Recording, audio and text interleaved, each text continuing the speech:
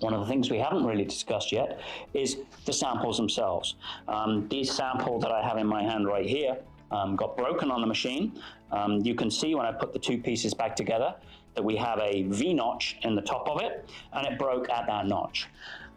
Samples are obviously have to be prepared, and a notch cut on a machine specified for cutting those notches.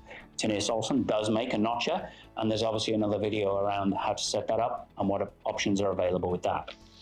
The notch itself, the depth of the notch, the angle of the notch, and the radius at the base of the notch, those are critical for the energy that you end up when you actually test a sample.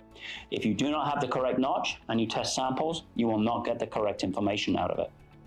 This depth under the notch is critical, and Tinius notches will allow you to set the depth of the cut so that every single sample is cut to the same depth. Using that, along with a notch verification device to measure the depth, verifies that the samples are the correct style for the test.